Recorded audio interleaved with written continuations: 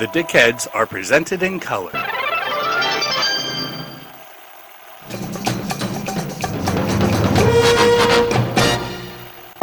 Hey, Dickheads! Like a pink laser beam of truth beaming straight from all over the country to your brain hole. The Dickheads podcast is here to talk about one of the most important people to Philip K. Dick's life, Anthony Boucher, Tony Boucher. Well, that wasn't his real name. His real name was A.P. White. That's what he went by to most people. But he wrote under the name Tony Boucher, and he edited many magazines in the field. And I have a whole panel here to talk about Tony Boucher.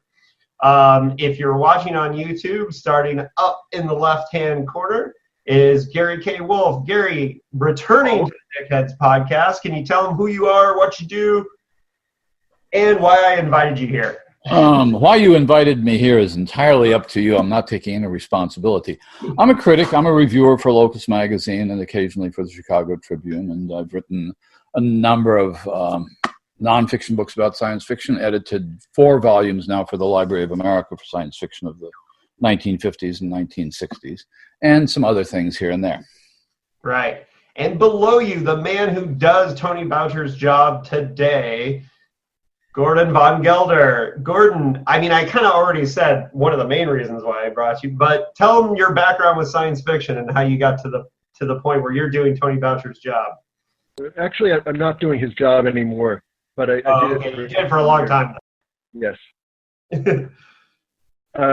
I was a book editor at St. Martin's Press in the late 80s and through most of the 90s, and then moved from there to editing fantasy and science fiction and stepping into Boucher's old shoes. Mm-hmm. Like I said, I did that for 18 years. And at some point, I also bought the magazine and became the publisher, and I'm still doing that. So I'm essentially the guy who was Tony's boss for the 9 years that he edited the magazine. That's my job now. All right. And so that gives you a very unique position and to talk about Tony Boucher, and I'm very excited to have you here.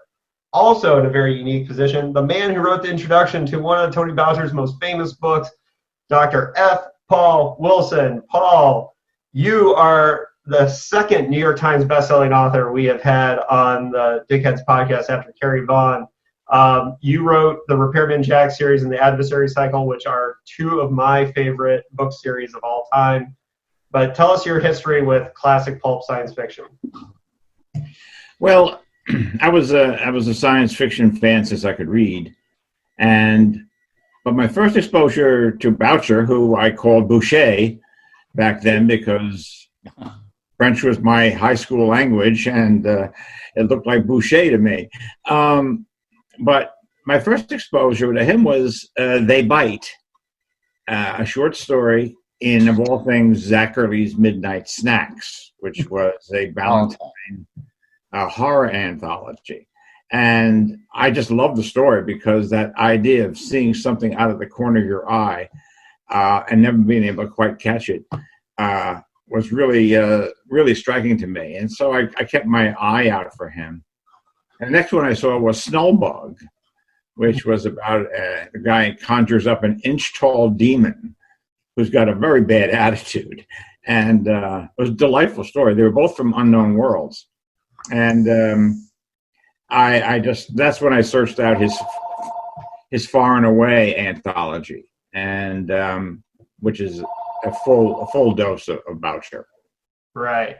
Well, we're going to talk about the influence of his short stories too, because They Bite is one of many short stories where he wrote about ideas that became pretty commonplace later on, like backwards messaging and records and things like that.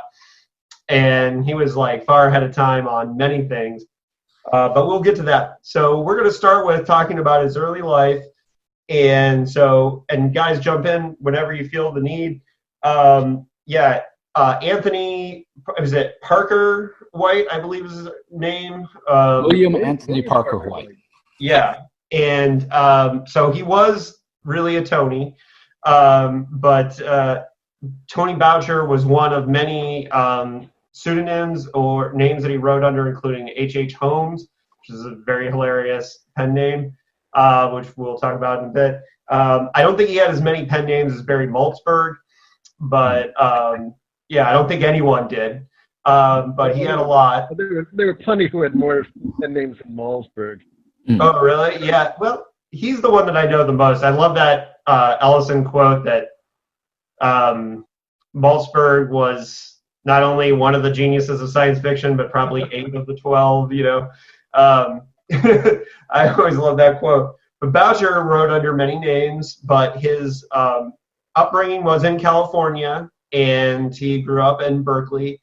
And he started taking writing seriously at a time when he was living in Southern California. He and his wife, newly married, new parents, had moved to Los Angeles. I'm not sure what job he moved there for, but I know it was for work.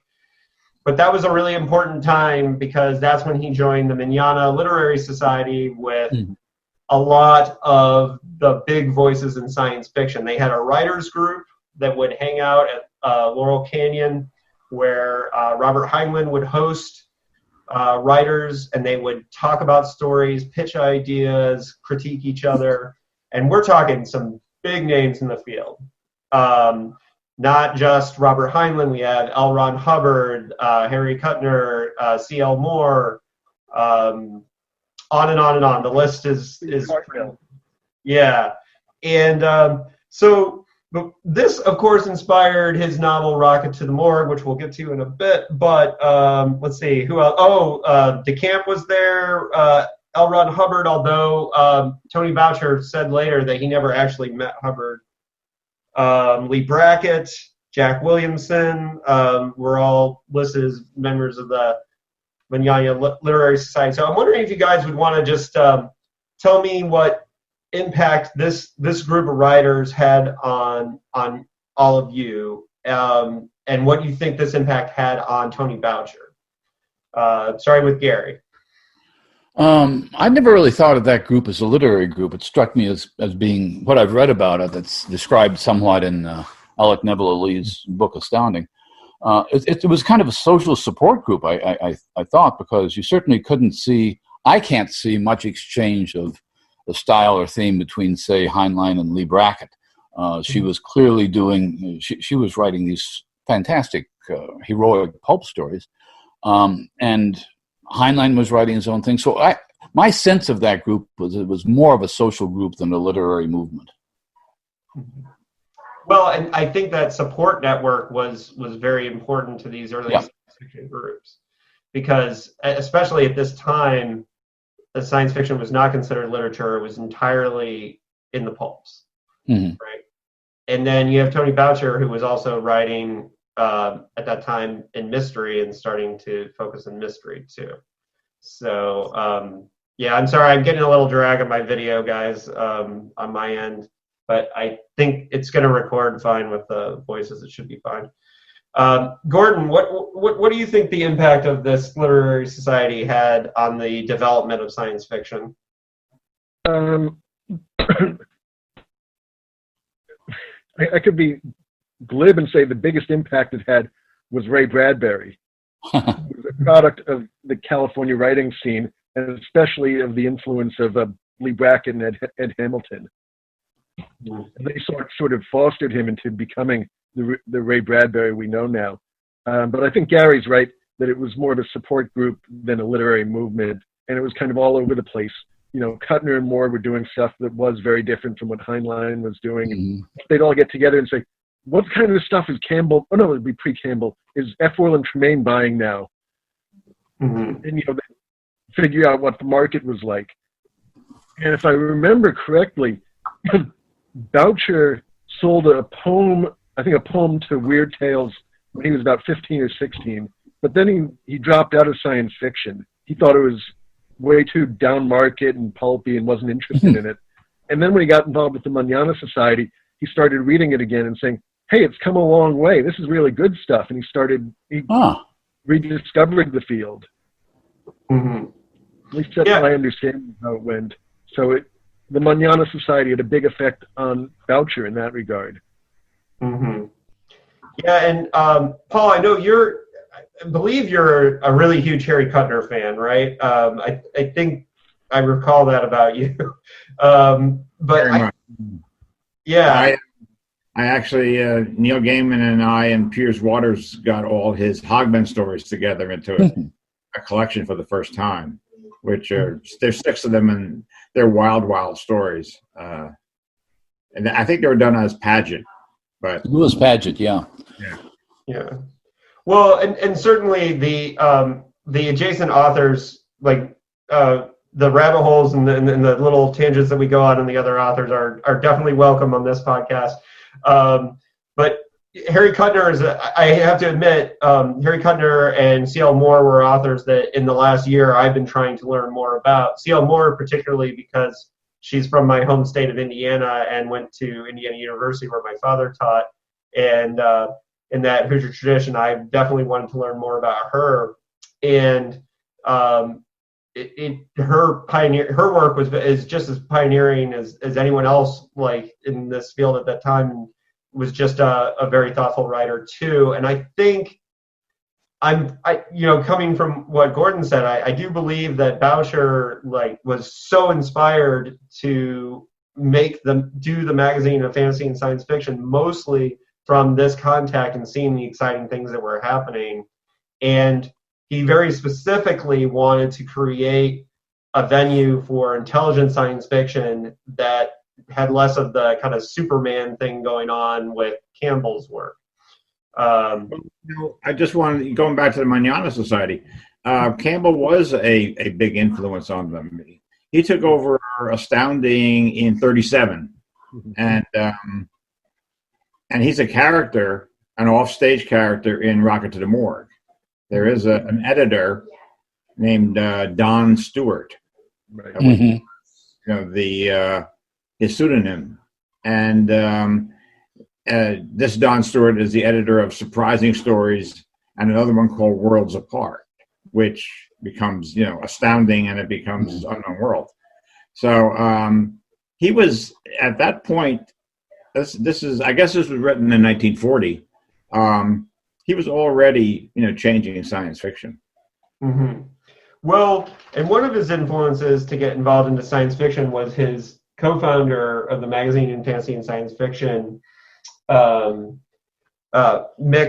McComas, is right. Is that, again, me in pronunciation with names, but they met in Berkeley in the 1930s, and Mick was the one who Voucher would have these debates about. Mick was the one that was already hip to science fiction getting better. So Mick was the person that Tony came back to when he decided that he wanted to do the magazine.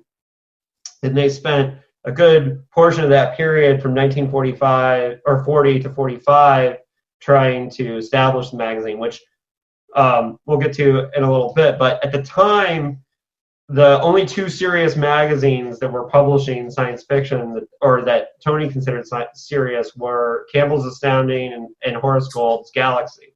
Those were the only 2 that he respected, at least. And Galaxy. I know there were others, but according to Voucher and Eureka years, that those were the magazines that he respected, that he looked up to. At least those are the 2 that he pointed to. And I think Galaxy started right around the same time as FNSF did, in 49. If maybe Galaxy was 50. They were very close. Yeah. Well, believe it or not, Voucher and McComas, their original vision was that the magazine was going to be Ellery Queen's magazine of fantasy. Mm-hmm. And they went to Lee and Danae, the cousins who write as Ellery Queen, and asked them if they'd support it. And Danae said, actually, I think Manfred Lee was behind it. And Danae said, I don't know that science fiction stuff. I don't read it, and I don't think we should put our name on it. But we'll introduce you to Larry Spivak and Joe Furman, the guys who run Mercury, and talk to them. And that's really how the magazine got born. Mm-hmm. And the first issue was just called the Magazine of Fantasy, I think. Right. Exactly. And they definitely sold it with that. They also sold it that they were going to be able to get writers like Raymond Chandler, right, and different writers who wrote often for Ellery Queen to write for the magazine of fantasy and science fiction, and that was one of the promises that they kind of made in the process. And the book, they did. You know, if you check, there's one story by Raymond Chandler, and it's really not all that good. And Chandler basically didn't have what it took to write science fiction. And after that one story, which I think came out in '52, ever after that, he was constantly bad-mouthing the science fiction genre. right.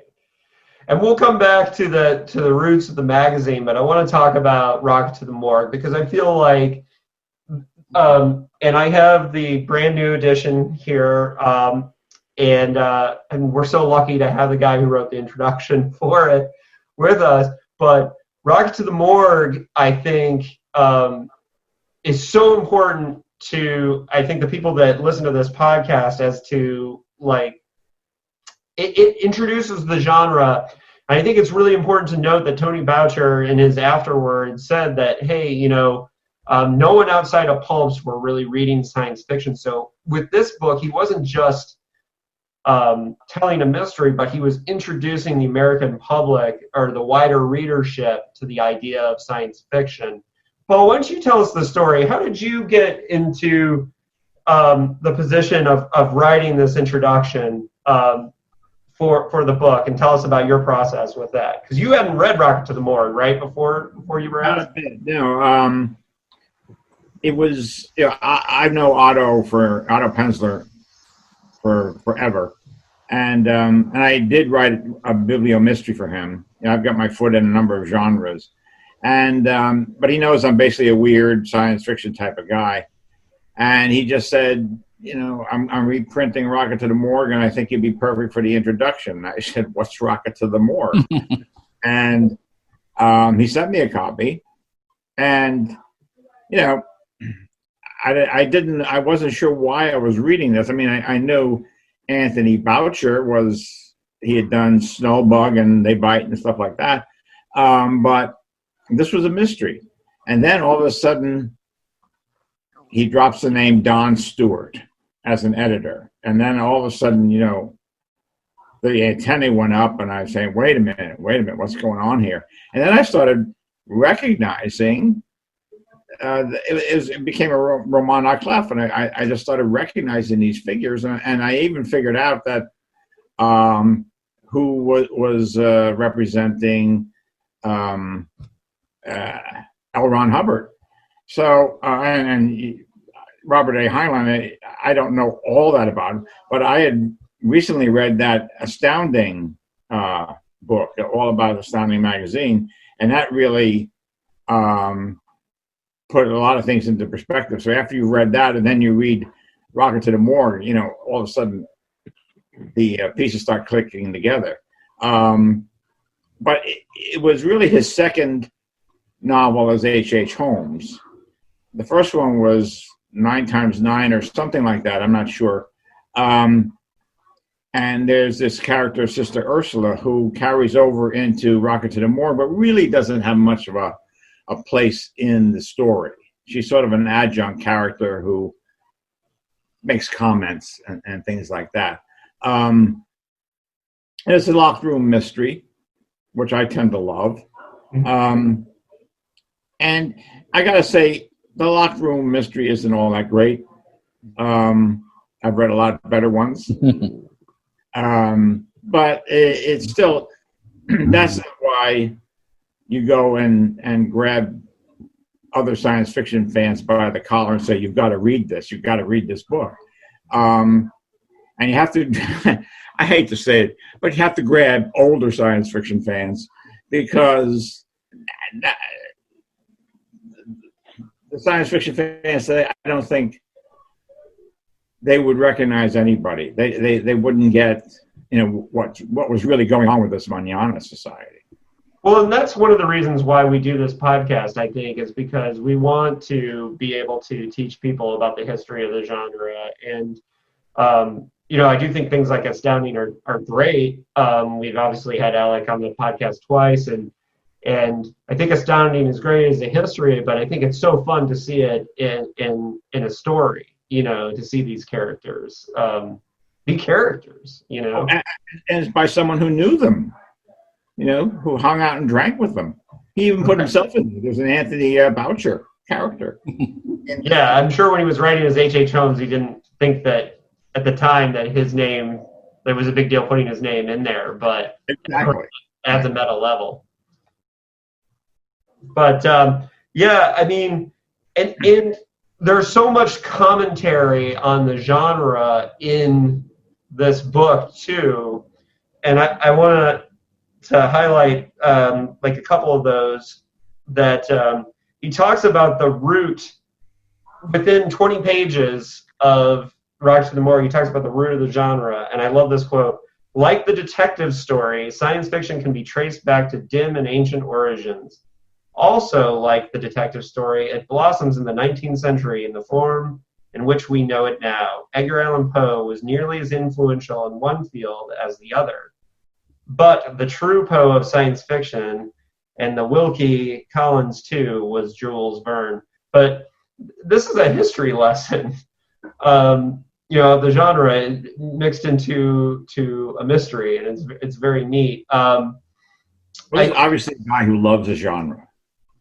Yeah. I mean, he seems to have genuine love for most of the writers, not the D. Vance Wimpole, who is L. Ron Hubbard, who is quite a cad and a bounder in life and in Rocket to the Morgue. Right, and to which he said that he just never happened to be in the same space as Hubbard at these meetings. So his what's really cool is that that his take on Hubbard is all from stories that he heard, probably while drinking with everybody and having a good time. People he owed money to. Yeah, right. And so yeah, and I think his love for the genre is very clear. He also wrote the book under the name H.H. Holmes, which not necessarily, if you're not a history buff, you might not know was the name of America's first serial killer. Does anyone know why he chose to write books under this name? I couldn't find anything. Sure, it was just he had a fascination for serial killers and true crime, and in fact, he edited a true crime magazine for about a year. And I think he just loved the kind of inside joke that was going on there. And it was much more of an inside joke back then. Because there wasn't a History Channel TV shows about it, and I and believe actually a really good episode of Supernatural. What was that, Paul? Wasn't H.H. Holmes a pseudonym too? Herman Mudgett. And Boucher wrote under the name Herman Mudgett as well. Oh, okay. There you go. Right. Yeah, I mean, and so I think that's a really clever and funny thing that was going on with him there. One of my favorite lines that I highlighted out of Rock to the Morgue was on page 58 of the new edition. And Austin Carter, who is the character based on Robert Heinlein, says, and that is the trouble with his stuff. It's too damn galactic. Science fiction can be interesting only so long as you preserve the human frame of reference. And I thought that was a really neat line because he's really giving a philosophy that he would later come to apply to the magazine of fantasy and science fiction, which was maintaining the human frame of reference and not being just flat-out space opera. But it's interesting. Who do you think was most, at this time in the genre, presenting that human frame of reference? Because I think a lot of the stuff was more galactic and space opera-ish at the time. Who do you think were the pioneers at this time that Voucher was calling on in that moment? Gary, do you have an idea? Yeah, my immediate answer is Theodore Sturgeon, who was always an anomaly in Campbell's stable, writing extremely humanistic fiction. And I think some of the fiction was riskier than Campbell knew it was. But I think he stands out like a sore thumb. Bradbury didn't get into the Campbell circle at all. So as far as I'm concerned, the great humanist of the late 30s and throughout the 40s was Sturgeon. Mm-hmm. Yeah, and I see so much of what Voucher ended up doing just in that one line, even though it comes out of Heinlein's mouth via the Carter character. I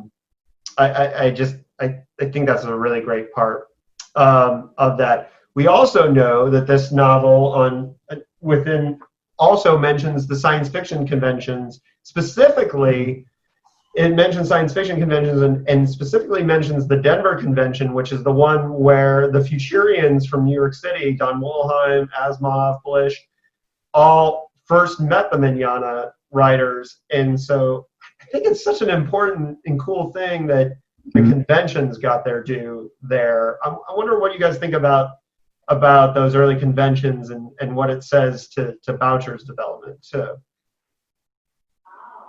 Anyone? Sorry. Did he attend those early conventions? I don't even know. Yeah, I don't know if there are so much stories. It seems to me that he had a clue. Let me look at the actual mention. Well, yeah, he talks about. He talks about science fiction fans being highly organized. But they had an annual world convention. The last one was in Denver, and he does talk about them coming to, or them organizing ones in California. So I'm pretty sure he just went to the ones in California. But I do think that Denver convention, the fact that he mentions it is very important because that was where the East and West Coasts for the first time really started communicating and hanging out and kind of viewing what each other was doing. But there's no email and there was no Facebook, and none of them ever knew what anybody looked like. And you had to write a letter, and you had to stick it in the mail, or you had to write a letter, and you would sometimes they communicate through the magazine letter columns, or that's where they got to know each other's names, and that's where they set up these clubs. Like First Phantom and the Futurians, they met through letter columns.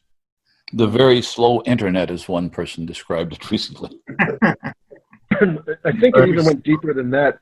If you go back to the Eureka years, one of the things that comes through is that Voucher felt their greatest achievement was being the first national U.S. fiction magazine to come out of the West Coast. Prior to FNSF, every magazine had to come out of New York, basically, or the East Coast, because of all the difficulties. You wanted to make it in writing, you moved to New York. You'd slide your manuscripts under the door of the editor. It really was a breakthrough for Voucher and McComas to build up, an entire body of West Coast writers, there in Berkeley, in the Bay Area. And make it work. I'll tell you a story Ed Furman told me that's from the early 60s. After Voucher's time, he was replaced by, first by Bob Mills and then by Avram Davidson. Avram started editing the magazine from this little town in Mexico somewhere that had one phone for the entire town. And there was one issue where the mail wasn't reliable and the proofs didn't get from Mexico to Connecticut or New York where they were publishing the magazine. So Avram and Grania had to go and hog the one phone in town for an hour so that Avram could actually read in the corrections that get made for the issue.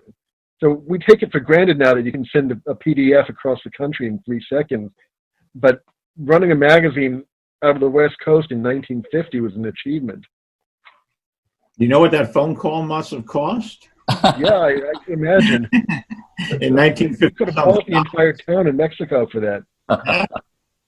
Oh, that is cool. Well, and I think it also gave the West Coast progressive vibe that the genre needed as well, too, because when we interviewed Lisa Yazik, of the editor of The Future is Female, she talked very much about how it was well known from the women writers at the time that if Campbell rejected you, that you were much more likely to get an open mind from Voucher and McComas, and that they were already known at the very early stages for being more progressive, and you didn't have to hide your gender when you were sending in submissions, which sometimes you had to with Campbell. I mean, there's that famous argument that Judith Merrill and Campbell had where she challenged him to, or he challenged her to write a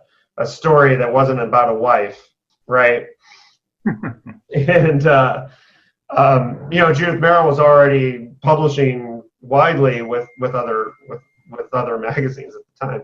So so we already talked about him making himself a character. I have like a few things, the last couple things about Rocket to the Morgue, and we'll get more general. Besides the fact that he told like Paul said, the locked room mystery isn't necessarily the strongest aspect of Rocket to the Morgue, but it's there. And so if you're interested in the story for the locked room mystery, but the mystery is tied to the character, the literary estate, and the idea of the literary estate of an author who had a valuable property, which also teaches the reader something about how literary estate works, which not everybody does know. But on a meta level, he's commenting on the personalities of important figures of the history of the genre. So he's teaching history as well. He's telling a great story and introducing the genre. So I think what's underrated a lot of times is that this book is a work of genius because it works on 4 levels, right? On all these different levels. And I think it's one of the reasons why it's a good thing that it's back in print, but also should be required reading, not just for the mystery genre, because the mystery genre, readers, writers, authors can learn something about layering these themes and context. But the history of the genre, it should be important to science fiction scholarship. And I'm wondering, and I want everybody's opinion, starting with Gary, do you think Rocket to the Morgue should be required reading for scholarship in the field of science fiction? To be honest, probably not. I think it's interesting. There's an interesting irony about it. It came out, what year was it, 42? 41. 41. And it was published by whom? Duell, Remember? Sloan and Pierce? Duell, Sloan and Pierce. My point is this, that... it was a hardcover release, I know that. Well, yeah, but I mean, and that it was very popular. I guess it was reprinted several times in the Dell paperback. But the irony was that when the novel appeared, describing science fiction and science fiction writers in the manner that you just mentioned, none of those science fiction writers themselves could have gotten a hardback novel contract. So a novel about science fiction is more successful than science fiction itself was in 1941. Mm-hmm. Yeah. And that Voucher said that in his afterword just a few years later, that he knew he was introducing the world to science fiction. Yeah, he had an understanding of that. But Gordon, how do you feel? Like, do you think that this should be taught? Well, I'm not convinced there are many books that are required reading at all anymore. That's fair. I am a firm believer in that, but I know not everybody does. Like, I feel like I feel like there's essentials or books that at least people who teach the genre, like your D. Harlan Wilsons, your Lisa Yazicks, your people who are professors in the genre, for example, is more kind of what I'm thinking. But and I know most of them probably have read it, but but it's just, to me, I feel like it should be shelved. Like when I was thinking about where to put this in my library, my first thought was to put it on my shelf of science fiction, nonfiction. Because frankly, I don't have a lot of locked room mysteries in my collection, but I feel like it should be shelved there. Paul, there's actually a subgenre nowadays of novels mysteries set at science fiction conventions. There's Sharon McCrum's Bimbos of the Death Sun, and William Marshall wrote one called SciFi. Mm-hmm. And I just blinked. Well, Barry Malzberg wrote on Gathering the Hall of the Planets, I think under the O'Donnell pseudonym. And I'm sure there's another one or two I'm forgetting. So Asimov did. Well, Asimov did the ABA, which I guess is close. The ABA. Well, and Nick Mamatas just recently did a modern one called Am Providence that takes place at a Lovecraft convention and is a brutal and absolutely savage takedown of some of the Lovecraft scholars. I highly recommend that.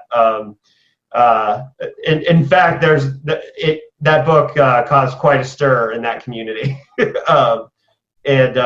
So there is the modern tradition that is carrying that on. It's interesting. I didn't know there were that many titles that did that.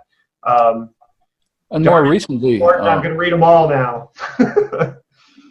More recently, there's a novel by Paul Lafarge called The Night Ocean, which is ostensibly about the secret sex life of Lovecraft, but really involves the entire fan community. I mean, the Wollheim is in it, the original science fiction convention is in it, Heinlein shows up, I think, briefly. One of the differences between now and 1941 is that if you write a novel with historical characters, you just simply use their actual names. Right. And so Hubbard shows up as L. Ron Hubbard in at least a couple of recent novels. I think who wrote the Chinatown Death something? Yeah. Yes, I know what you're saying. Paul Malmont, is that it? Paul Something like that, yeah. Malmont. And Brooklyn, I believe. Yeah, he's a good guy. Right. He's a good writer. It was a fun story, but when I think Hubbard showed up in that, he was just Hubbard. Yeah. Yeah. Well, yeah, and now it is history. I mean, just make sure they're dead. That's what. Yeah, right.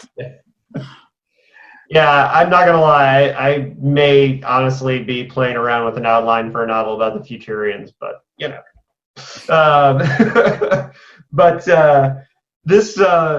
Yeah, I mean, this question now posed to the guy who wrote the introduction, Paul. What do you think? Where should this book be shelved? Oh, I mean, it's definitely for the mystery people, but I really think I'd love to see science fiction, even people who want to be science fiction writers, especially. I mean, there's one thing in there where the Heinlein character talks about protecting his brand, and he has a sort of a series, and he does that under one name, and then things outside that series he does under another name, and if one of them gets rejected, and he goes to the low end market, he does it under a third name. So he's protecting these brands all the way around. And don't forget, this was written in 1940. Yeah. You know, this was being done back then. Mm-hmm. Yeah, and it's weird when an author has a work that takes off under a pseudonym, and then they get stuck with it. Your Dallas Mayer being Jack Ketchum for his whole life, or Nick Cutter, you know, being like modern examples, right? Where Westlake complained that Richard Stark outsold Donald Westlake, but didn't he actually kill off Donald Westlake in one of his Richard Stark novels? Yes, he did, which I'm pretty sure was the inspiration for the Dark Half too. Yeah. But yeah, it's funny when that happens with the pseudonyms. But yeah, I think Paul, you're right. I think there are so many lessons to be learned for the science fiction writer as well as the mystery writer here. But you know, I'm obviously the one that's going to die on this hill that I think that people should that people who are scholars who read the nonfiction of the genre should read Rocket to the Morgue. But you know, there's also he is dropping names, and you know he has this guy writing the Captain Comet space operas, and you know it's obviously Captain Future, and it's there's a character in there named Binder. So they were the Binder brothers who were writing science fiction. And I think the agent in there, some people, M. Halstead Finn, and he specializes in science fiction. A lot of people said it was Julius Schwartz, but Julius was East Coast, and Forey Ackerman was an agent out there, and he was definitely L.A., and he was part of the L.A. science fiction community. So I think that the agent Finn is Ackerman, but that's one of the fun things about it, is trying to figure these out. Mm-hmm. I agree with you. I think it's Forrest Ackerman.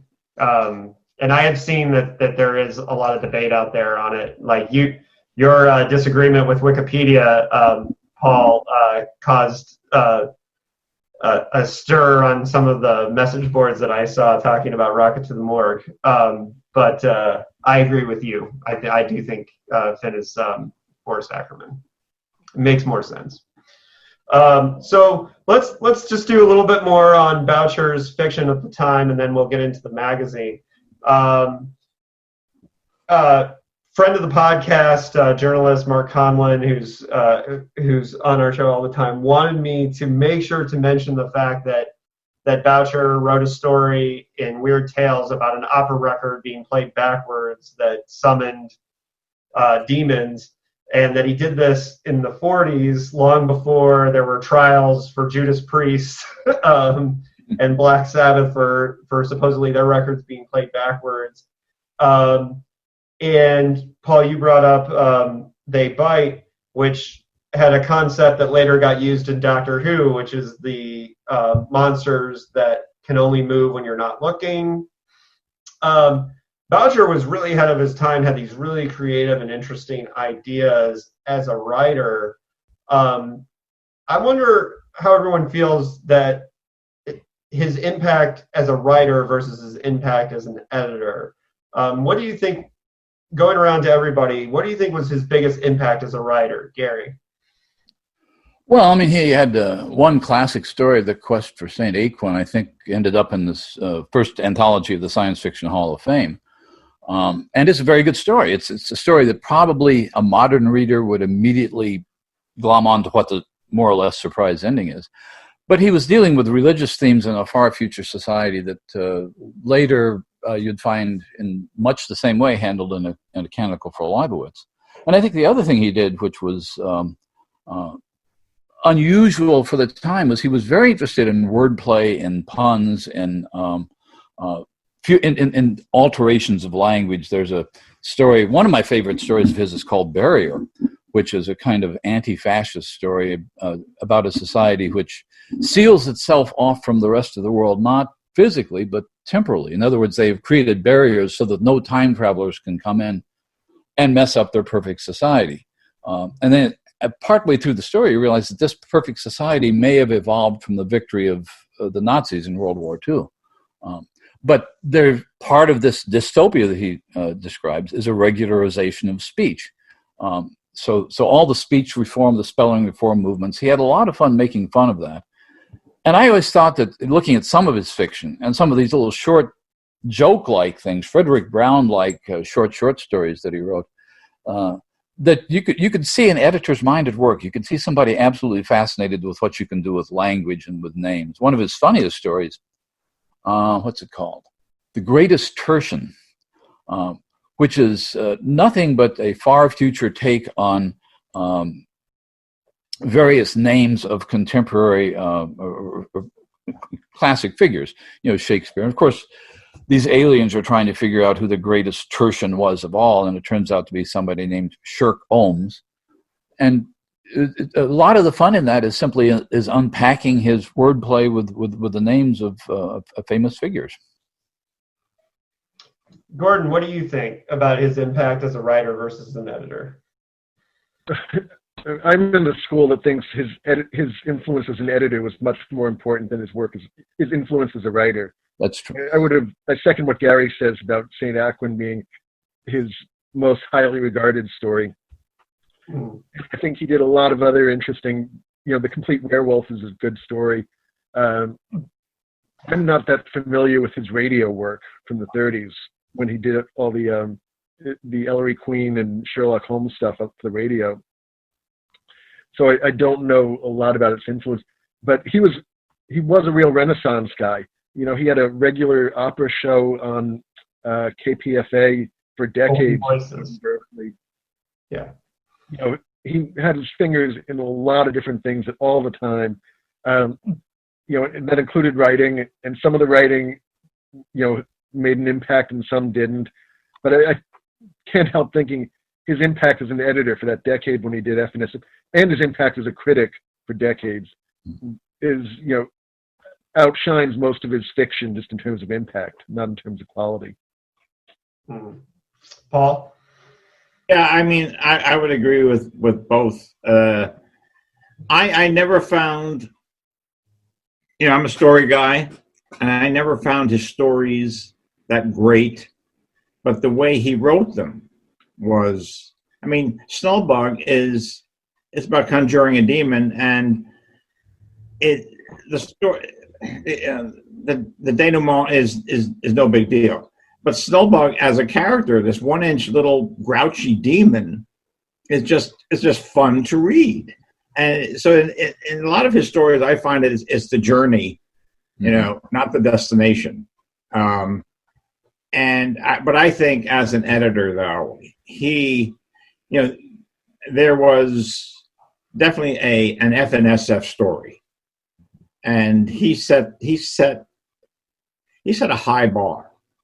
And I never, he was gone before I ever, wrote my first word, so I never submitted to him. But I think FNSF maintained that high bar. That was one of the magazines I found hardest to crack. I finally did sell a story to Ed, but it was after many, many, many rejections. So it has always been like, one of the high watermarks of the genre magazines. And I think he set that bar. It was definitely a different type of story. I used to buy the best of FNSF anthologies every year when they came out, and they had great stories in there. All right, so let's get into the magazine. It took them several years to get it going. The first letter of agreement was signed in August 1946, where they full on got to publish. We already mentioned that it was originally just called the Magazine of Fantasy. That it was originally pitched to the publishers of Ellery Queen, that they were going to be the sci-fi fantasy version of Ellery Queen.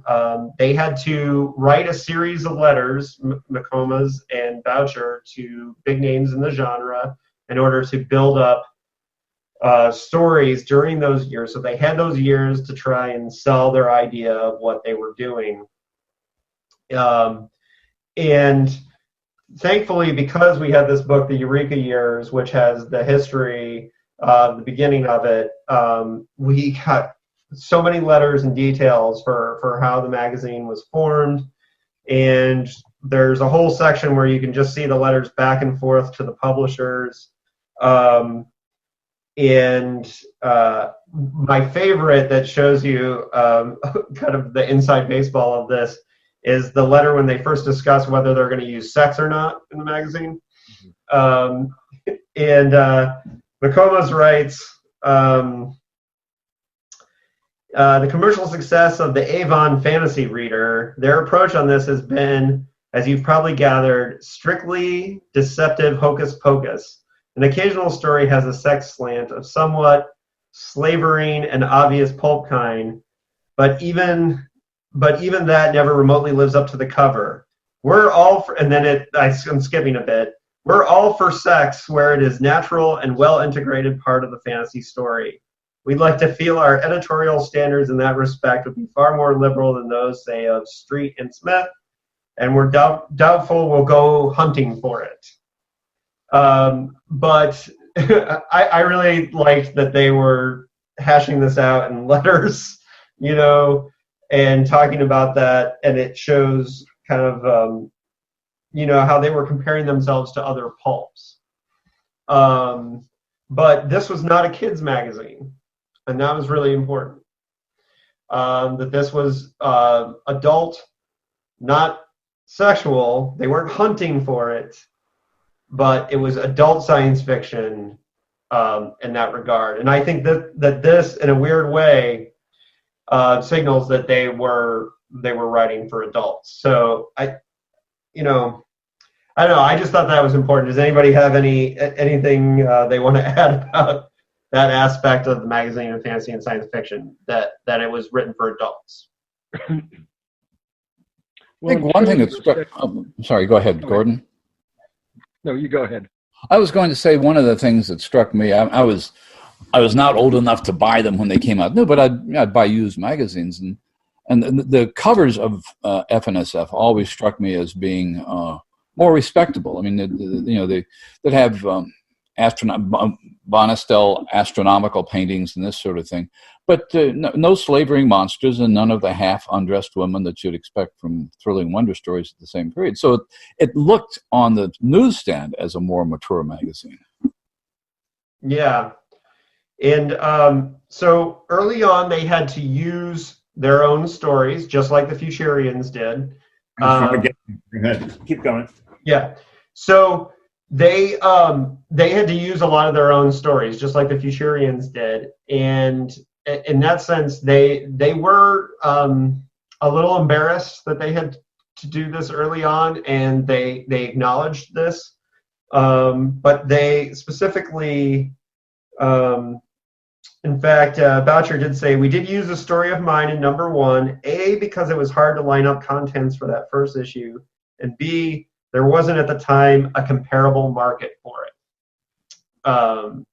So, they definitely were using their own stuff, but they also were aware very early on that they were making names in the field. And there's a funny part where Tony says, "I know some writers are complaining that we're not paying enough, but every writer working for every magazine thinks they're not getting paid enough. We're no different."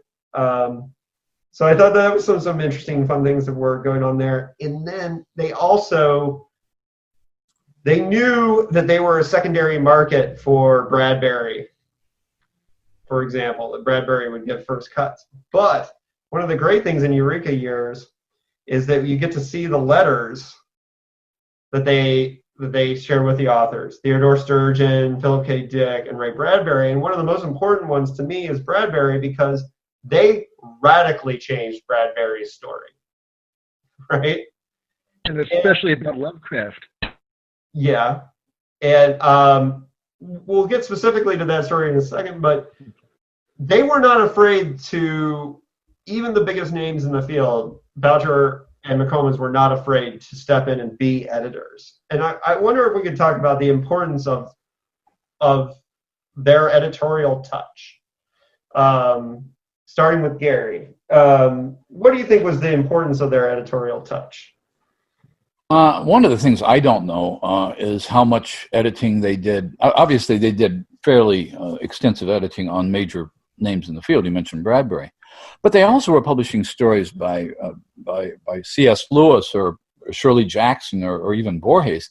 I wonder how much editing they would do on some of those stories, because those were basically figures that they brought into the field. And I think they were publishing the C.S. Lewis story before the Narnia books ever appeared. So he was being introduced to American audiences just like Borges were. So I don't know, did they treat sort of mainstream authors that they were bringing into the genre one way and then genre authors another way? Were they trying to make them all, were they trying to erase these boundaries? I just don't know enough about their editorial practice to know if that was the intention. Very interesting. That there might be two standards. Yeah. Yeah, well, they certainly weren't afraid to work with Ray Bradbury on it. They had 4, like if you look in the book, there's like 4 major points in the story. The story's called The Exiles, and it has a bunch of major literary figures. And that are in the story, and they straight up tell him, like, don't use this author, use this one.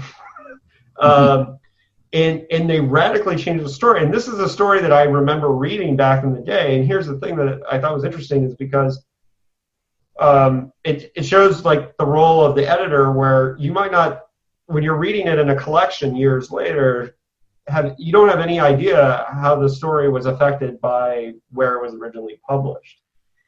And Ray was fine. And a good editor will do that. I mean, that's as part of it. You say, if you'd gone this way with the story, I might have bought it, but you went this way, so I'm not interested. But if you want to go and do it that way, take that turn instead of this turn, I'd like to see it again. And that can really turn a mediocre story into a great story. Well, and McComas and Voucher were doing a radical thing too, in the sense that they were sending stories back to the authors. Campbell would usually just fix it himself, or one of the people in his office, he would say, we'll buy your story, but we're going to do this and we're going to make this change. And so one of the letters, Ray Bradbury writes back, and he says, he's basically very appreciative, like, hey, I'm very happy to make these changes, and I thought that was cool. And in the follow-up letter that they do, they make the A and B points and make radical changes a second time, and you got to think Ray Bradbury is publishing in the Saturday Evening Post, and I think he's on that level where I don't know. Anyways, I thought that was interesting, but that he was, not they were not afraid to, to I don't know that Bradbury was a giant name in the field at that stage. That was well before Fahrenheit 451. Okay, that may be true. He was. If you look at go back to the early issues and see the header notes for the Martian stories that FNSF did run, they're appreciative of Bradbury, but I don't think they're saying, we have a story by one of the greatest writers of our day. They're saying, we're glad to have a Bradbury story. I'm trying to think of it. He was not, elevated to the peak at that point. Mm-hmm. In fact, I just discovered, when after Voucher died, McComas edited 2 volumes of sort of a tribute anthologies, one mystery, one science fiction, Crimes and Misfortunes and Special Wonders. And I was just reading these yesterday and discovered that Voucher and McComas, or maybe just Voucher, had wanted to buy Bradbury's story, The Fire Balloons, and got shot down by the New York office that felt it was too risky. They didn't like the religious stuff going on in there, and they bounced it over Voucher's objections. And Bradbury says so in his introduction and says, posthumously, I dedicate the story now to Voucher, who should have been the editor for the story. Yeah, which is showing respect that he appreciated his input even then. Yeah, and I think just one thing, you had that issue about the sex in the, and I just happened to dig these out. I had them. This is the kind of covers yeah they had to contend with. That this was their competition, and I always like this one. It's the Curse of the Tower of Torture and Sin by Robert E. Howard. I doubt that was his title, but anyway. Right. Well, yeah, and they were definitely contending with that for sure. There's also a really great quote in Eureka Years from a letter. One of the great things in the Eureka Years is the rejection. There's a whole section of rejection letters, and they're very thoughtful, and they do a really good job of showing like what they were looking for in science fiction based on these rejections. And I love one of the letters says that he's talking about this story that's kind of a cops and robbers story set in space. And he says, "We want something fresher, a little different, a new scientific idea, a new plot twist, a new imaginative concept, anything that isn't simple hack.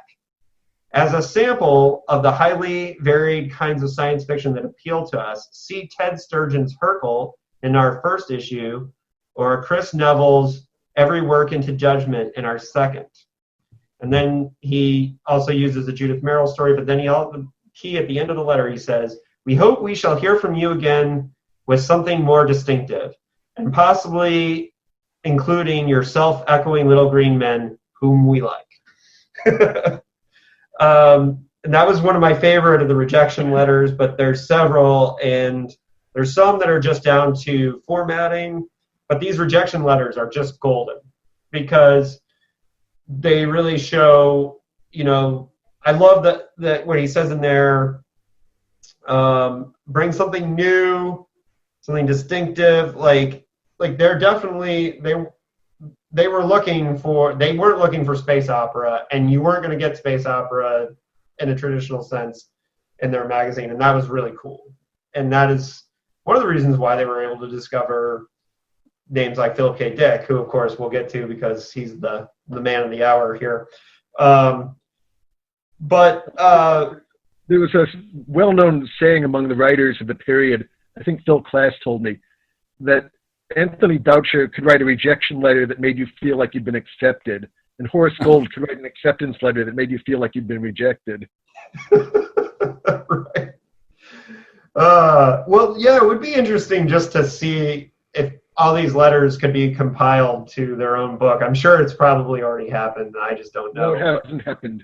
Yeah, that would be a great read, especially if you get the big names, because I think it's important that's one thing that young writers who nowadays who like way too easily self-publish, and I'm a huge believer in the gatekeepers, right? If I have, you're the last one. Yeah, no, I am the last one. I definitely believe in it, rejection is such a huge part of being a writer. You have to be able to take rejection, even when you're published. I mean, Paul, even like with a series like Repairman Jack, where you've had, 30 books at this point of Repairman Jack, there's people who still don't like them, and eventually you're still going to go onto Amazon and see somebody say, "I can't stand these books," even though they have legions of fans, including this guy. But that's you can't please everybody. I mean, it just, and you can't take it personally. I mean, that's their opinion. Yeah, so that's it. But I on Facebook, I put a whole pile of my rejection slips together, and page after page of them, I put up, and you got to have a thick skin. You got to be able to take rejection. And they were all pre-printed. I never, until Campbell finally rejected one of my stories and told me why, I had never had an ounce of feedback from anybody. Mm-hmm. Yeah, and when you do get that feedback, that's that's worth so much. And it's clear that they were interested in fostering the community, and they had that community aspect. And that might go back to the Meñana Society when you think about it. And Voucher ran a writers group for many years in the Bay Area, which had not just Philip K. Dick, but Marion Zimmer Bradley and some other names who came out of his writers group in the Bay Area. And so maybe any last thoughts on those early years of the before we transition into Philip K. Dick? Because I think that they only ran the magazine for those 5 years, but those were formative, intensely productive 5 years. The McComas and Voucher set the standard, And much like the director who directs the pilot episode of a TV series, they set the tone that everything goes forward with. So I just want to talk about, get everyone's input on those first 5 years. Gary, what's the effect today of those first 5 years of the magazine of fantasy and science fiction on the genre? I always tend to think of the history of the genre as being accumulative rather than serial. And by that I mean this. If you look at the first 5 years of Campbell's editorship of Astounding, 37 to 42, it redefined the field in a very particular way. And I guess that when you mentioned the 5 years of Voucher and McComas, redefined the field in a different way, but didn't replace Astounding. What's interesting is that Astounding and Galaxy and FNSF were doing separate things at the same time. And each of those traditions has kind of succeeded. I mean, in really oversimplified terms, Astounding was retreating more and more into hard SF. Galaxy was becoming more and more social and satirical science fiction. And that left FNSF to be kind of the literary arm of the field. And that arm is still there. I mean, there are writers that probably would have abandoned science fiction if they hadn't had that market available. Mm-hmm. Well, I mean, and let's go to Gordon last because you are carrying the torch. Paul, do you feel that I feel that those 5 years helped create the new wave of science fiction. Your Spinreds, your Le Guins, your Ellisons. I really feel like the birth of that was the magazine of fantasy and science fiction. I don't know. I mean, how do you feel those 5 years propelled the genre?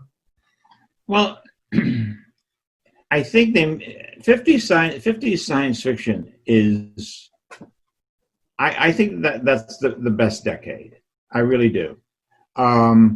There is so much good stuff being put out, and just go back to the Ballantine anthologies and collections where they sort of distill the essence, and the stories are just fabulous. And I think FNSF had a big voice in that, because I think Campbell and Analog were just on a plateau, and I think fantasy and science fiction gave writers permission to do something different, to push the boundaries a little, not just in the way of science, but also the fact that the word fantasy was there, and you didn't have to be science fiction. You could be fantasy. And that, I think, just gave much more variety and the different flavors that I don't think you would have seen without that word fantasy there. Which is interesting because that's where it started. Yes. Yeah. So, Gordon, you're carrying the torch now. So, you must think about those first 5 years in a lot of your decisions during those 18 years when you were running the magazine and or editing the magazine, and now like overseeing it. You must always think about those first 5 years as the foundation, correct? Not on a regular basis, but it's the environment. It's certainly, like you said, with sitcoms, it established the Bible for the show for the rest of the duration. And I think Gary's right that FNSF established itself as saying it's okay to be literary and write genre fiction. FNSF welcomed Shirley Jackson stories. Right. Barry Malzberg likes to say that if FNSF had been around, Shirley Jackson could have sold them the lottery, and it wouldn't have made the same splash that it made in the New Yorker. And I think he's got a point there.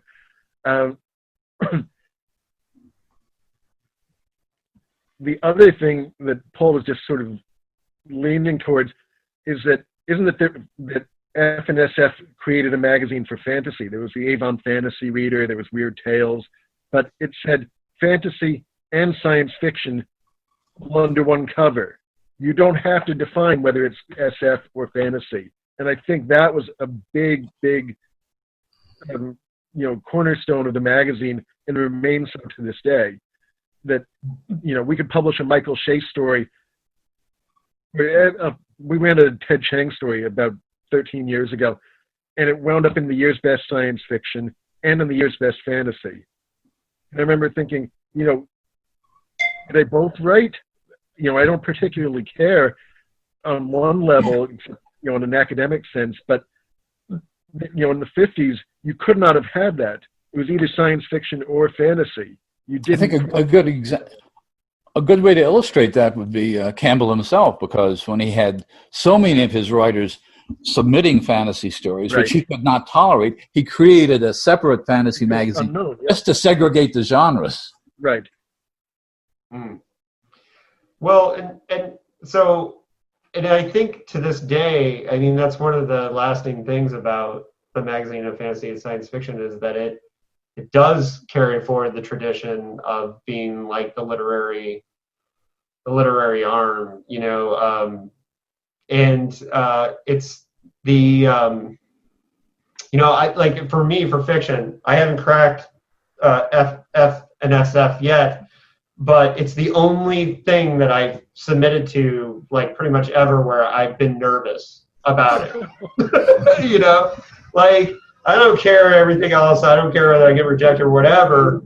That and being edited in the workshop by Doug Winter, just because it's Doug Winter. Paul knows, Doug Winter is one of the most intense editors you'll ever face, and doing it face to face at the Borderlands workshop is still one of the most intense things that I've ever experienced. So those are the only two times I've been nervous. But I think that speaks to the quality and the respect that the magazine has, and I appreciate that, and I think that you guys do Voucher and Macoma's proud all the time. So on that regard, so let's move into the new wave, and specifically the reason why we do this podcast, and we started this podcast specifically just as a bunch of friends wanting to have fun reading all of Philip K. Dick's works from beginning to end. And at the beginning, it was just, we're going to read Philip K. Dick's work in order, and we're going to read and review them once a month like a book club. And at the beginning, my only intention was to learn more about Philip K. Dick as an author. And it has grown in the mission that I want to take on the role of scholar of the genre, because I believe that the 50s and 60s are so important. But the reason I go back into this is because what kept happening early in the podcast is we had this long-running joke where we'd say, shout out to Tony Boucher, because whenever I'd research the Solar Lottery or the Adjustment Team or Total Recall, is that this input from Tony Boucher continued to show up, and we kept bringing up his name. And that's one of the reasons why we needed to do this. And so in the book of essays that Philip K. Dick did about, this is just a book of essays of various topics, but he talks a lot about Boucher in here. And he said, Anthony Boucher, the most dearly loved and equally important person in science fiction, had a program of vocal music on a local radio show. Due to my interest in classical music, I listened to the program. I got to meet him. He came to the record store in which I worked. We had a long talk, and I discovered that a person could not only be mature, but mature and educated and still enjoy science fiction. Tony Boucher entered my life, and in doing so, had determined its whole basic direction. So I want to unpack that for a minute. If Tony Boucher wasn't doing his Golden Voices opera show, and he wasn't a person whose name he automatically Dick recognized when he came into the record shop and had these conversations, there's these moments with Philip K. Dick's life. It's the moments where he talked to A. von Vogt about writing novels versus short stories that are key. We know that von Vogt was Dick's favorite writer when he was a kid, but at this point, when he was working in the record store, he had told himself, von Vogt is kid stuff. I'm not reading that anymore, right? And Tony Boucher coming in and being this mature voice, I'm sure he told him about the Meñana Society because this is after that. But he also invited him to this writers group. And, I say all this because I want our listeners and viewers to know that this is the level that Tony Boucher, we would not be sitting here. We would not be thinking about Philip K. Dick as a writer 50 years later without Tony Boucher going in and talking to him as a patron at this record store. And how important that your influence as a steward of the genre can sometimes be just being a fan or a friend. And I wonder what you guys think about this influence that Tony Boucher had on the person of Philip K. Dick, and that role that editors, writers, and authors have just on that personal one-to-one level. It doesn't have to be Philip K. Dick, but that one-to-one level of how we communicate the genre. Gordon, would you like to start? Well, there's so many places where I could start.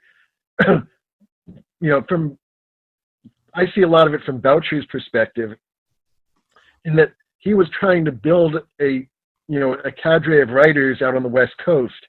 As I said, he couldn't always access the New York writers. So he was hosting workshops. He was trying to get writers together.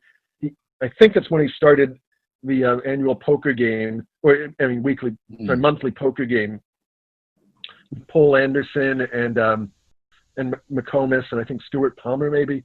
But he Ray was Nelson constantly doing very involved in that too. What? Ray Nelson, who wrote the story that They Live was based on, and right. Yeah. He wasn't part of that poker game though, but yeah, Boucher was constantly trying to bring in writers, and as I may have told you previously, but it should be said in this podcast. That same writing workshop that Boucher invited PKD to, he also got Ron Goulart went to, and I think Ron was the one who. I know Ron told me this. I think Ron said he was so young, his mother drove him to Boucher's house and wanted to check it out before dropping her son off at this place, just to make sure it was on the up and up. And I know Ron said he and Phil were competing to see who could sell to F&SF first and get Boucher to buy something. And Ron won with a little joke piece. It was barely even a story. I think it was called Letters to the Editor. I think Phil's story, Rube, was the first actual sale. I think Phil sold the story first, but Ron had the sale first. But as I said, all this was, I don't want to say Boucher had a grand scheme, but this was how he operated all the time. He was immensely interested in dozens of different things and constantly had societies and clubs and organizations going around, all of them. And he loved bringing these people together. I think in his ideal world, he would have had a Bay Area Renaissance to rival the Harlem Renaissance just out of his interests of opera and science fiction and fantasy and poker and basketball and football. It's just how Boucher operated. And it certainly resonated with the writers. And as we've said, he treated the writers so well, they all wanted to do right by him. When you go through those memorial volumes, writer after writer says, I didn't always sell Tony my best, but I always tried to. And when I didn't get there, he told me in no uncertain terms, but he was always so nice about it. And I think it left an impression on dozens of writers. Judy Merrill said years later that Boucher was the internal editor she always wrote for when she was writing something. She wanted to write to Boucher's level. If she made him happy, she had done good. And I know a lot of writers looked up to Boucher that way. I think Dick Matheson, I know his first sale was to F&SF, and I think he looked at Boucher in the same way. If I can sell to Tony, then I've done it right. Yeah, his first sale was to Boucher. Yeah, Born a Man and Woman. Yeah, and just think about that alone for the impact that it's had on Hollywood. That Richard Matheson and Philip K. Dick both got their start with this magazine. Just think about how many movies that's tied to, with a writer who started with that editor. Just those two alone. It's crazy. Gary, what do you think about the importance of that human connection that Boucher had with? I don't really know that much. Certainly not as much as Gordon does about the connection.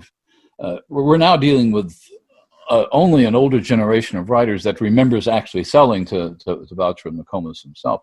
I will say that the way you described that scene in the record store now has me visualizing Philip K. Dick as John Cusack in High Fidelity, Right. with somebody I don't know wandering in to explain to him about science fiction. I guess my sense is that he was perceived as a literary editor rather than a pulp editor, and I think that's a distinction that maybe didn't even exist in the genre prior to that. There was a clear hierarchy in the 40s, and everybody tried to sell to Astounding, and then you'd end up with Thrilling Wonder Stories, or at the very bottom of the pile, you'd end up in one of those things that Fred Pohl was editing, like Astonishing Stories.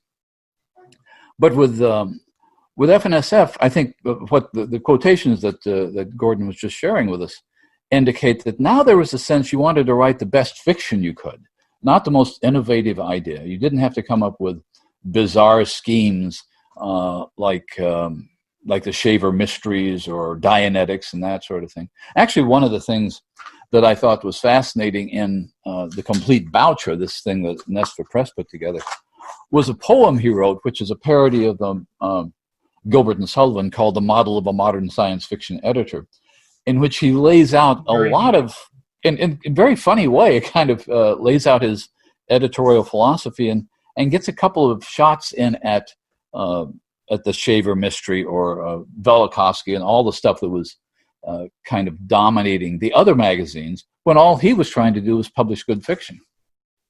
Yeah, that's in Eureka Years too. It is. It's great. Yeah, it's really good. There's a line in it. Hold on, I have it here. It's from Plato down to Bradbury in order categorical. Yeah. But it's it shows it's very clever. But Boucher, I mean, it's that personal connection. I mean, like, I think it's important to all of us is we have those moments. Paul, I wonder, I mean, you had those moments too, and you're early in your time too, in your first magazine sales, but I'm sure it was going to conventions as well and meeting people that propelled. Campbell was the first to give me anything constructive, but I never met him. I was going to be in New York one summer, and he said, stop by the office, and I had other things to do, and I just never got there, and a month later he was dead. So that's a lesson right there, don't put things off too long. But I don't know anything about Voucher except his work, and what I gleaned from writing, to be able to write that introduction.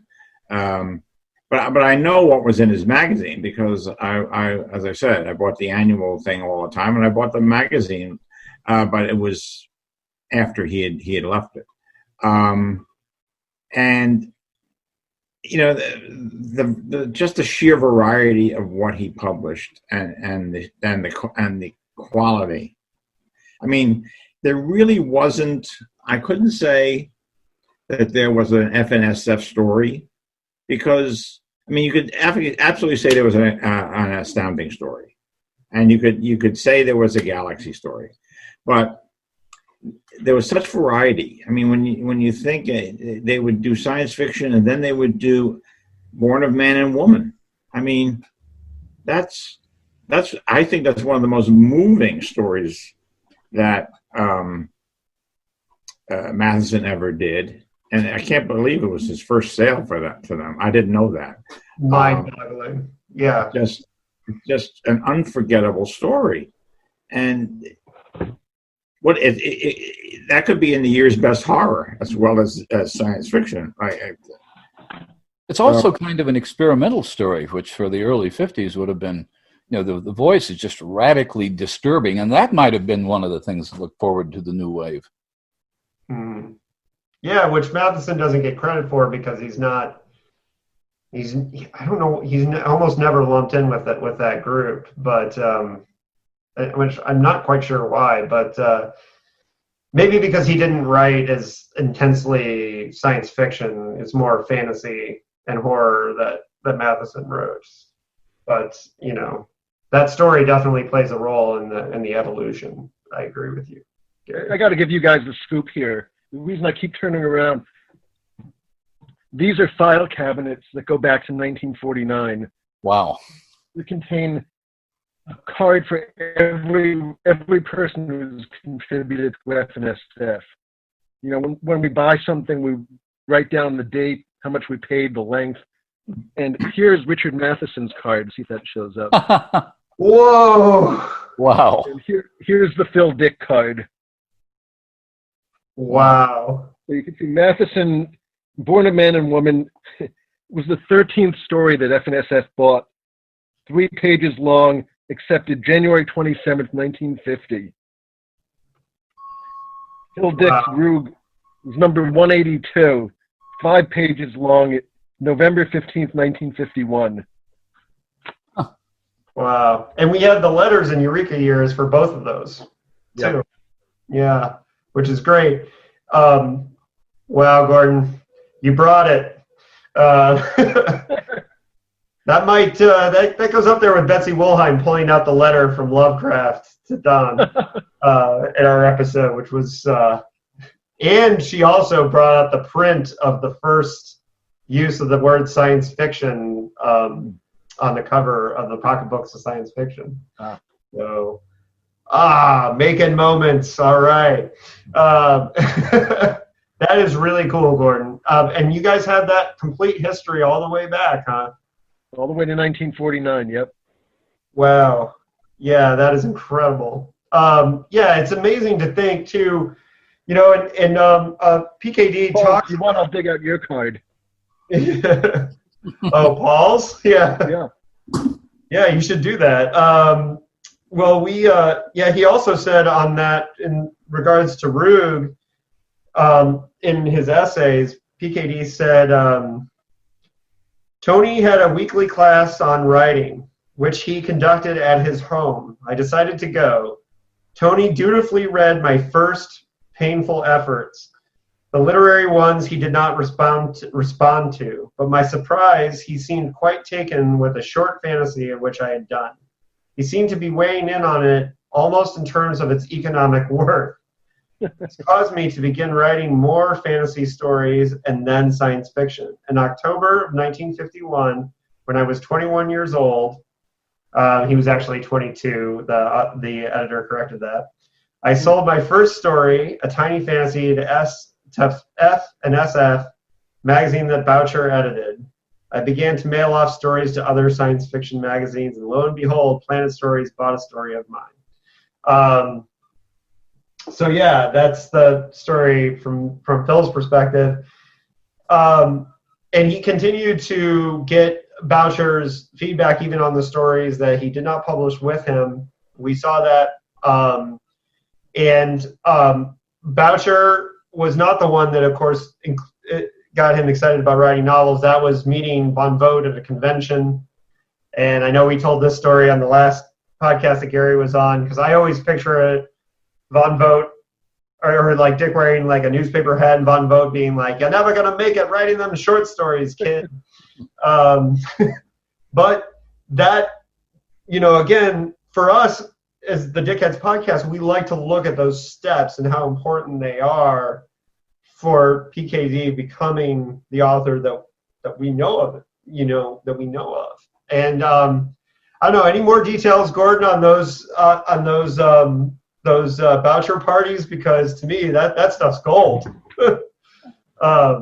Sorry, I just dropped it. As a matter of fact, there is. Do you have any idea what the original title of The Short Happy Life of the Brown Oxford was? No. Left Shoe, My Foot.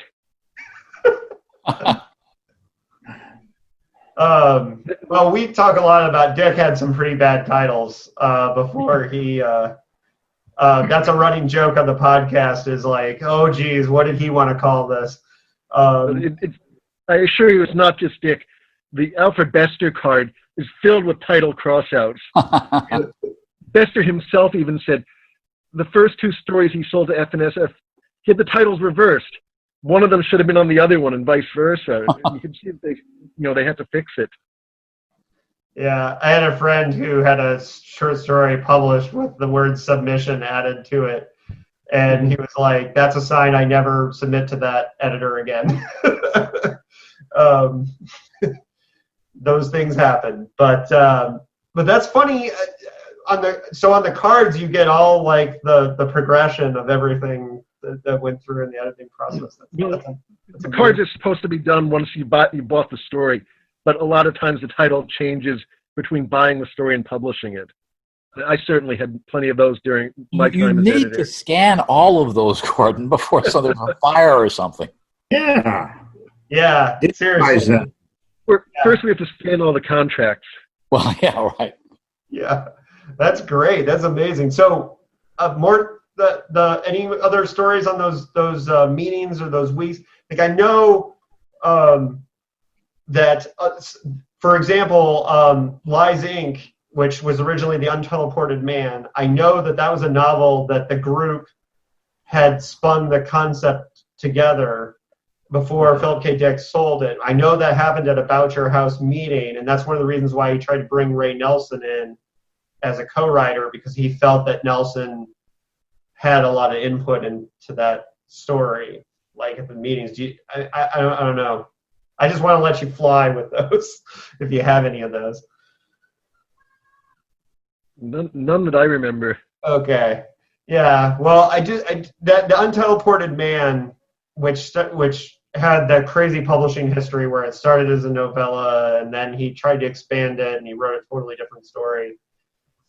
All came from those Voucher House meetings. So, all right. Well,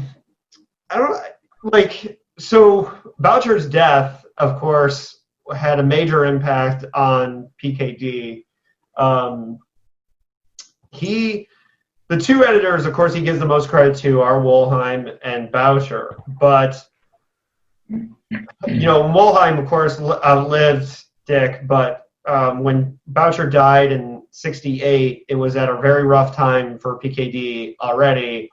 As you know, we have a long-running joke on the podcast about consulting PKD Divorcepedia, because we had to kind of keep track of who he was divorcing at any given time. And he was in the throes of his fourth divorce when Voucher's death happened. And there is an argument to be made that the junkie years that inspired Scanner Darkly would not have happened if Voucher's death hadn't come at that time, because Voucher was like a rock for PKD. He was one of those. He had a religious figure, a guy that he knew from a church that he thought was as important as Voucher in his life. But Voucher was so important to his life that he kind of spiraled out a little bit when Voucher died. And I'm wondering, I know this is hard to say because we've had so many deaths in the field that we have no idea what impact their death had on the field, but we know it had a massive impact on Philip K. Dick, and that his masterpiece in Scanner Darkly may not have happened without it. I'm wondering, just the effect of losing Voucher, it's such a prime era. Like, I wonder, what impact do you think that had? Gary, to start us off. I think people were shocked at how young he was, certainly, but also the fact that he'd been away from FNSF for like a decade when he died. I recall the obituaries at the time focusing largely on his mystery career, on the influence. We haven't talked about this much, but the influence he had as a reviewer, both of mysteries and science fiction. So I think he was considered a senior citizen in the field, a giant in the field, but one who hadn't been active for a while at the time. And the writers who sold to him were, I think, understandably distressed by it. But as I said, they hadn't been selling to him for years, so it was less dramatic than it would have been had this happened at the height of his editorship. Well, and he has a convention named after him in the mystery field. So right, I'm sure the mystery readers and listeners have already turned us off at this point because they're like, they're never going to talk about his mystery work. But his contribution, to have a contribution like that in two different genres, incredible, right? Well, he helped start Mystery Writers of America. Exactly. And reviewed for Ellery Queen, along with the San Francisco Chronicle and the Times. I mean, he was, but they were all mostly mysteries. I mean, he was the mystery guy toward the end of his life. Mm-hmm. Mm-hmm. Yeah, and of course, those passions in Rocket to the Morgue. He, just as much as he writes about the history of the sci-fi genre early in the book, he unpacks the history of the mystery genre early in Rocket to the Morgue as well. But yeah, he was very young to pass away at the time, and the shock on Phil was brutal. But I think we don't know if he would have came back to the sci-fi genre at any point. He had a long way to go if he had lived to the age of some of the other editors, like your Campbells, and so I feel like he may have, come back to the genre. We were in a time where he had been away from it, Gordon, I mean, you guys, you're carrying his torch, so I wonder how much you guys think about the fact that he was so young when he died. I mean, was he still communicating with the people that took over the magazine after his time, like up until his death, or did he just feel like that was something he started and he was ready to move on? I can't remember where I saw this, but I know I've seen a statement from Voucher circa 1958 saying, "Oh, I could never edit FNSF again, or I could never edit a magazine again. My shrink wouldn't allow me." Somewhere he made it clear that it was just too much of a strain mentally to be trying to run a magazine the way he was running it in the 50s. When he died, Ed Furman had only recently taken over as editor. I think Ed would have been doing it 3 years at that point, give or take a year. Mm-hmm. And of course, Ed was the son of Joe Furman, who was the magazine's original founding finance guy, one of the people running Mercury Press. So Ed had essentially gone into the family business. And I don't think that he was regularly looking to Tony Boucher for advice on how to edit the magazine at that point. But I can say, on the memorial anthologies, just going over the names of the people who were moved by Boucher's death to write a story. And these were all the proceeds from the books went to SIFWA and mystery writers. I don't think the writers themselves got paid anything for the stories. But you've got Asimov, Paul Anderson, Bradbury, Reginald Brentner, Frederick Brown, John Brunner, Mildred Klingerman, Avram Davidson, Miriam Allen DeFord, Harlan Ellison, Gordy Dixon, Phil Farmer, Randall Garrett, Damon Knight, and on, Jack Vance, Bob Silverberg. Wow. Voucher was the only comparable thing I can think of from the last 30 years was when Terry Carr died in 86, was it 87? Oh. Somewhere in the mid-80s. And there was the same kind of outpouring from losing such a great editor so much before his time, or dying so young. Mm-hmm. And I can't think of anything in recent years that's really been comparable, in terms of the field. And Terry Carr had a huge impact on PKD as well. He was Don Wollheim's right hand for a lot of Dick's publishing efforts. And there's a very funny story about when the Crack in Space was, when Wollheim sent a note saying that he wanted to change the title to The Crack in Space, Terry Carr ran down and said, "Don, we can't call a book with a whorehouse in space, The Crack in Space. we can't do that." And Wollheim was like, "Nah, nobody will think of that."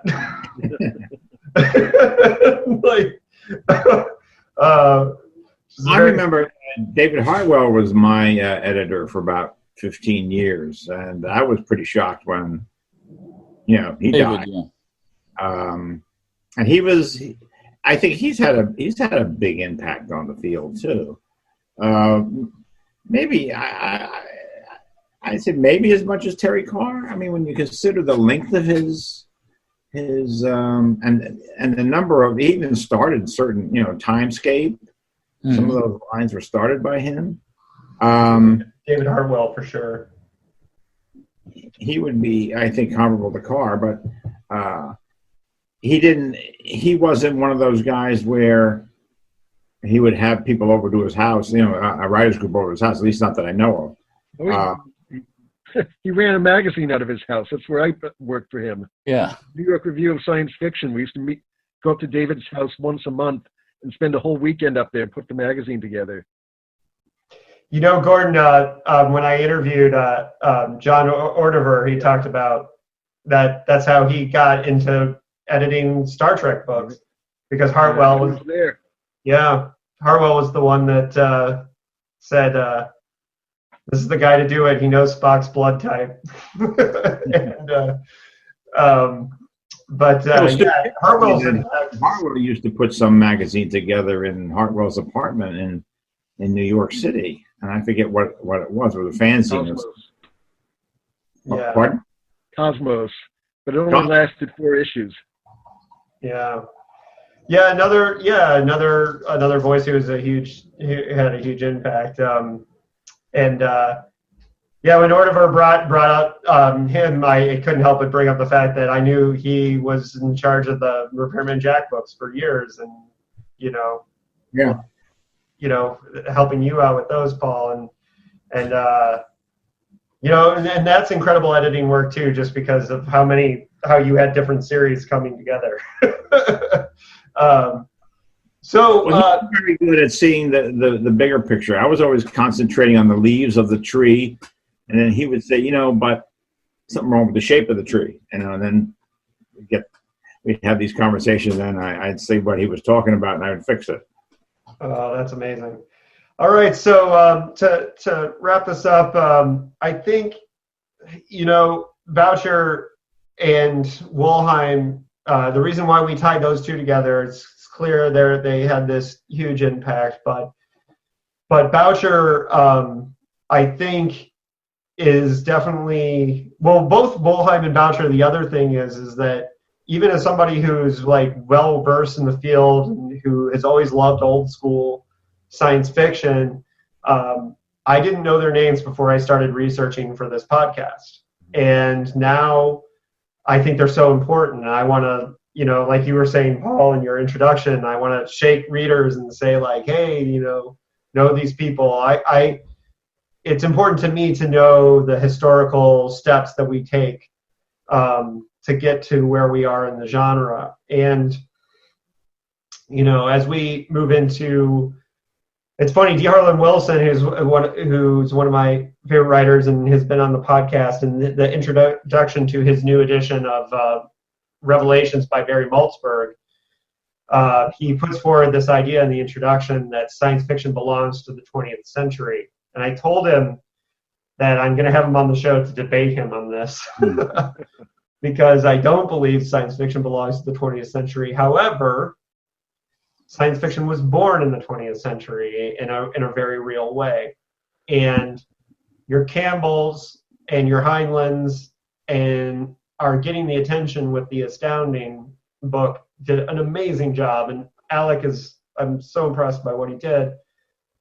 But the Wollheims and the Vouchers are so important to it, and the editors are so important to what they do. And I think I want to close with everybody talking about their experience with editors and the power of editors and how they shaped and molded 20th century science fiction. I know that's a big scope to kind of go out with, but that's where I want to start. Paul, how do you think editors defined 20th century science fiction? Oh, I mean, there was a progression of editors that, I mean, you start with Gernsback, obviously, and he also helped form science fiction fandom, which there's that feedback with the fandom and the editors and the writers that also molds it to a certain degree.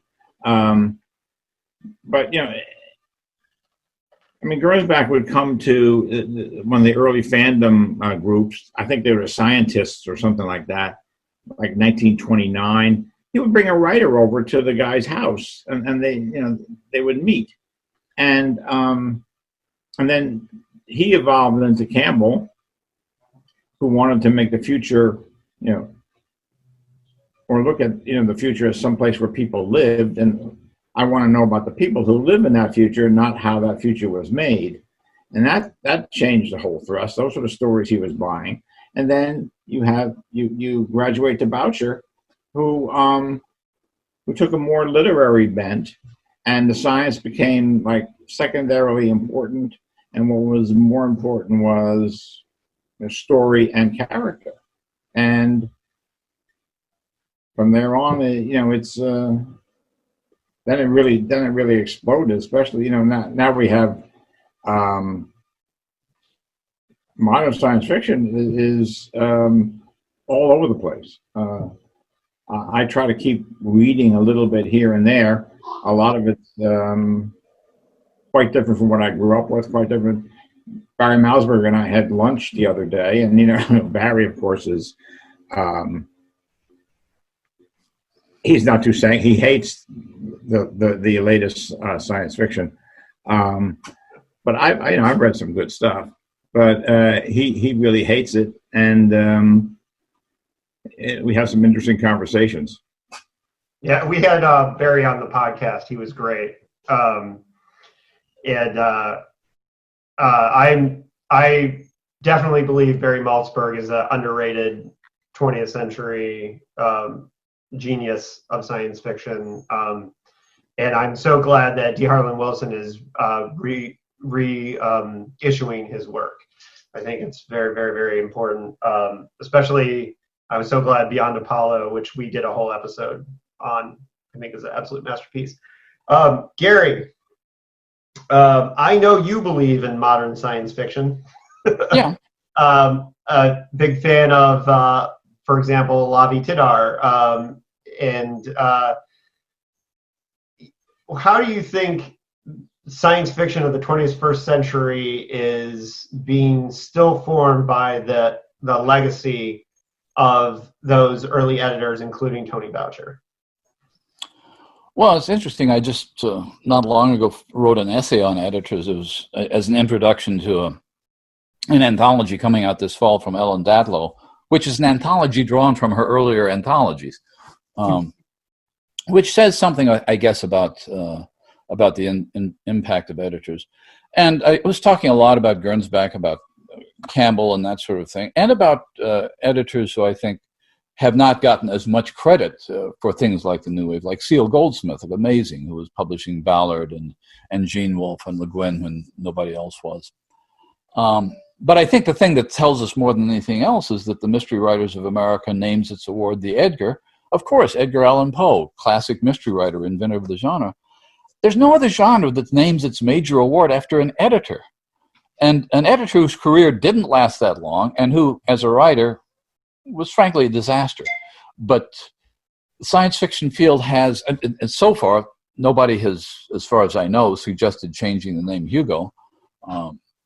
But by and large, no other field would have thought to name its major award after somebody who edited a pulp magazine. Gordon, last thoughts on editors, and then we'll wrap up with how people can find y'all. Sort of unfair to ask me. It's, I'm of course going to say they're essential. Because you are an editor, that's true. Yeah. Well, you can pass on that one if you want. But Tony Boucher himself, what's your final thoughts on Tony Boucher that you want our listeners to know? Well, I'll tell you, when I interviewed for the job of editing FNSF, I told Ed Furman I aspired to be an editor like Tony Boucher. And I don't think that got me the job, but I don't think it cost me any points either. When I took over the magazine, he was the model that I looked to initially. Over time I've changed, and I found I'm actually more like Ed Furman than anyone else.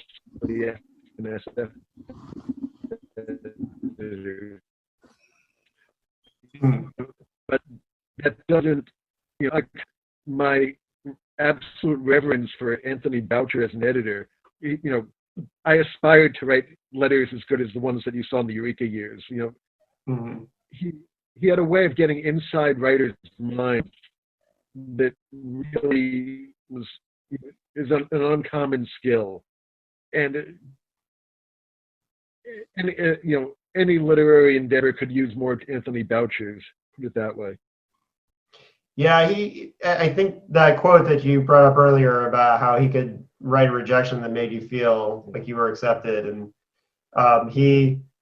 you're right. He knew how to massage that writer brain, which is definitely a good skill for an editor to have.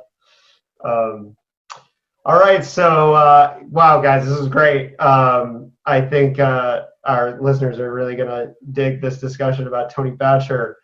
Starting with Gary. Gary, tell everybody how they can find you and follow your work, your amazing Coode Street podcast, everything. Tell them what's up. The Coode Street podcast, which we've been doing like 80 daily ones now since the lockdown began. And it's on my Facebook page, it's on Twitter, it's on iTunes, it's easy to find. And apart from that, I'm retired as an academic, so the other thing I'm working on is a series of monographs about modern science fiction writers for the University of Illinois Press, one of which is up for Hugo this year, we're proud to say, Gwyneth Jones on Joanna Russ. And that's about it. All right, Gordon, how can people find the magazine of fantasy and science fiction and the rest of your work? Well, there was a time you could go to any good bookstore and find it, but right now you can't go to any good bookstore, period. But we are still selling them through the mail. I'll give a plug. The website is fandsf.com, and you can buy single issues or subscriptions there. Awesome. And Paul, what is the work what is coming out here soon? What was your last book? Tell them what's up. Boy, I got a lot of stuff in the pipeline. The last book was The Last Christmas, a Repairman Jack novel. I'm doing them very sporadically now. I have a sort of a horror-ish thing coming out next month called Signals with a Z at the end. That's right. And Small Press is going to be doing a 50-year retrospective. April this year, it was 50 years ago I sold my first story. Yeah. And so they're going to do 50 years of my short fiction. Wow. That's great. And then I also have a book of my pastiches called Other Sandboxes coming out this year too. So Yeah, I actually hadn't read Last Christmas yet because I was saving it for. I love plane reads. That's like my absolute favorite time to read, and I was saving it for a flight that, of course, with the quarantine got canceled. Because I love. I have read entire Repairman Jack books on flights, and it is my favorite way to experience Repairman Jack. So I was saving it, but I think I'm going to have to go ahead and read it. must be a fast read. Yeah, I am a fast reader, but especially with Repairman Jack, which was one of my all-time favorite series. So, and I do want to put that out there to the Dickheads that if you have not read Repairman Jack, you definitely, as Brian Keene would say, unfuck that. But I'm a big fan of all of your work. The Keep is one of my all-time favorite horror novels as well. And it's in my top 10 of horror novels of all time. And that's to this day, one of the greatest uses of misdirection in fiction that I've ever read. And I use it all the time when talking to other writers about the skill of misdirection. And that's The Keep by F. Paul Wilson. So on that note, everybody, it was great to have you here to talk about Philip K. Dick and Tony Boucher, but especially Tony Boucher. Let's get the word out about the guy and hope that people will read Rocket to the Morgue. Thanks for joining us. And as always, listeners, keep it paranoid.